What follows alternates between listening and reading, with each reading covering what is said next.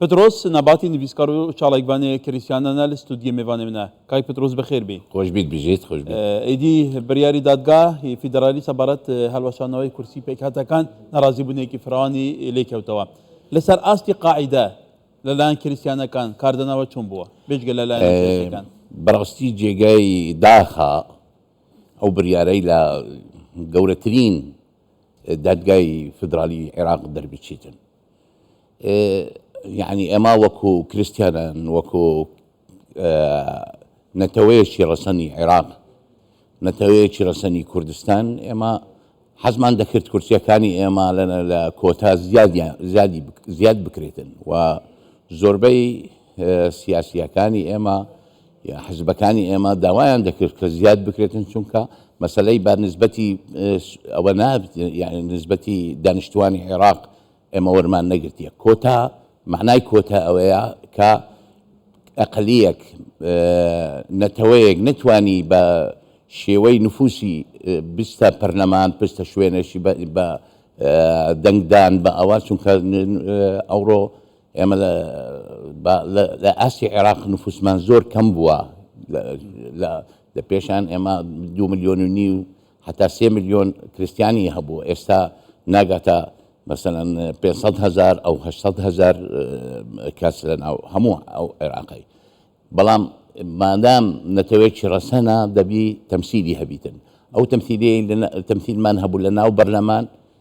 نك استا العراقي كونيش لصالي 1921 مستشار اما تمثيل ما نهبوا لمجلسي تاسيسي عراقي كدولتي عراقي دامزرا اما تمثيل ما نهبوا لو لا برلماني عراقي او كاتا استابيت محكمة اتحادية بس دي كردستان هالبروشيت زور زحمة لسر همو كريستيانا كاني كواتا او بريارة شو لكده نوكاي بطرس بيتانويا او بريارة كتشيل بريارة كقانوني نية شنكا اما صالي 1992 جبهة كردستاني تأسيس كردني برلماني كردستان سطو 11 كرسي دايان 11 كرسي بو كمانة كان وكو تركمان وكو كلدان سوريان اشوري وكو ارمن اما لو 11 كرسي بينش كرسي مان هبو ارمن كرسيك قرارك حقي كردستان قراري دربيني حقي كردستان قانون سن بكاتن قانونكش اوياك بيكاتا كان كوتيان هبيتن او كوتي يسال لاين حكومتي محكمة اتحادي هالبوشيتن زور كومالجي اماني قراني كرديا براستي يعني چونكا او ما في شيء كريستيانا كان يا ما في شيء تركمانيا كان كوتيان هبي لبرلمان لو العراق لكوتيان هي لو لكردستان نبيتن وزوربي كوتي عراقي لكردستان چونكا كردستان جێگای پێکەوە ژیانە جێگای نەتەوەکانی تری کە لەناو ئەو بیانووی ئەوانەی کە ئەم سقالەیان تومار کردووە ئەوە بووە کە ئەوانەی کریستیانەکان بە نمونە کورتەکان تعبیر لە پێکهاتەی خۆیان نەدەکرد فعلا پەرلەمانتارەکانیەوە تعبیر لە ئێوە دەکرد یان نە ئەگەر تعبیری ئەوە لەلای ئێمە تەقییمیان دەکەین ئەگەر هاتوو تعبیر لەسەر ئەمەیان کردبی یان نا بەڵام اگر هاتو شکایتك هبيتن وكو تقديمي شكوايان كرديه لبيش محكمة اتحادي كأوانا هلبو وشيتن چونكا تعبير لسر إرادة إخوان دبايا حلي بكريتن أو حليتي بدابنين لبوي حلقاش أو هابو مثلا حصري انتخابات بكريتن لناو أواني كوتيان هيا مثلا إما مسيحية كان حصري انتخابي عن بكر دايا سجلي خاص يعني هبايا دنگ بو پێک هاتە بۆ نوێنەرەکانی خۆمان بماندا ئەوە باشتر بوو لەوەی بەجارێک هەڵبوەشێتن ئەو بریارە ینی ڕێکاری تر پێویست بگرێت ڕێگارە تەمان ئەوە شتێکی تر مەسەڵەن بە تێگەیشتن لە یەکتر ئەوانەی کە تەقدیمیان کردێ ئێستا یەکەچی ناوێکی دیانی تێدایە خەلکی سلێمانی ئێمە نایناسین ئەمن لە ساڵەکانی هەفتا ئەمن ئیشم کردێ لە إعلام ولا صحافة ولا روجنامة نووسی ولا هەموو شوێنێک بەڵام ئەو مسیحەیە کە شەکوای تەقدیمی کردیە نایناسم من چێە چێ نییە ناتواني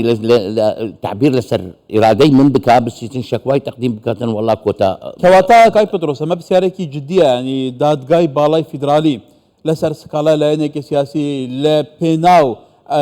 برجوندي أو لاينة سياسية مصيري چند بيك هاتيكي راسانيا ملاتا بخاطة مترسيكي جدية و نينراتي راستقنان لبرلمان مؤسسات كان نهيلت أمن براي من أمن كابراشي بيلايانم علاقة بسياسة الدنيا نوسرم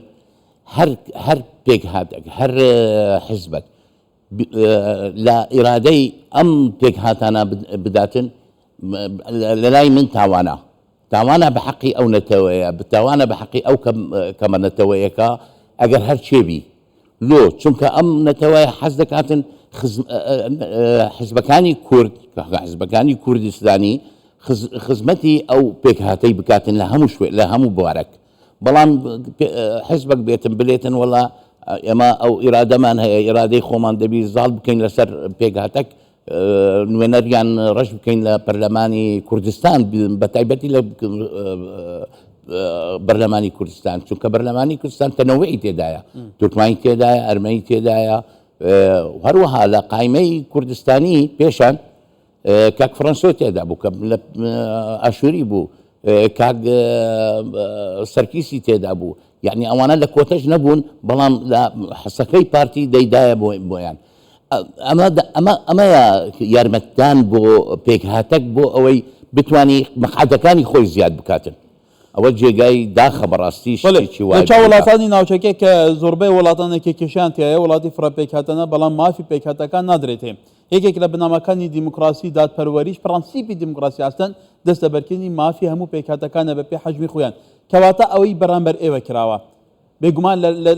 لەسەر ئاستی کۆمەلگای نێودەوڵەتیش بە دوواداشتنی بوو دەکرێت کاردەناوەتان چییە پێویستە چی بکەن من يعني زۆر نیگەرانین بەو بریارەی دادگا دەبی هەڵوێستێک هەبیتن ئێستا مثلا ئیران لە ئیران کۆتەیان هەیە ئاشوریەکانی ئیران کۆتەیان هەیە بەرلەمانی ئیران مەسیحێکی تێدایە ئاشوریە و هەروەها تایفە یەهودیش ئەوەیان هەیە تەمسیلیان هەیە لە بەرلەمانی ئیران دەبی کۆنگرەک بەستێتن ئەو کۆنگرا داوا بکرێتن لە نوێنەرانی ئێمە بچنە هەر شوێنێک بۆ ئەوەی داوا بکەن ئەو بریارە هەڵبوەشێتن و بریارێکی تر نوێ بکرێتن و ئەو قانونی هەڵبژاردننی کوردستان دووبارە تقدیمی بەرلەمان بکرێتن و دووبارە بە محکەمەی ئیتیحادی قراری وەربگریتن بۆ پێداوە بۆ چوونەوەی بە بریاری دادگاکە ولی برس پترس نباتی نویسکار و چالاکیوانی کریسیانە زۆر سوپاس بۆ کەناڵەکەتان کە ئەزیەتتان کێشا و چاوپێک سپاس بۆ توش لەو بەیانیە کە لێرە ئامادە بووی سپاس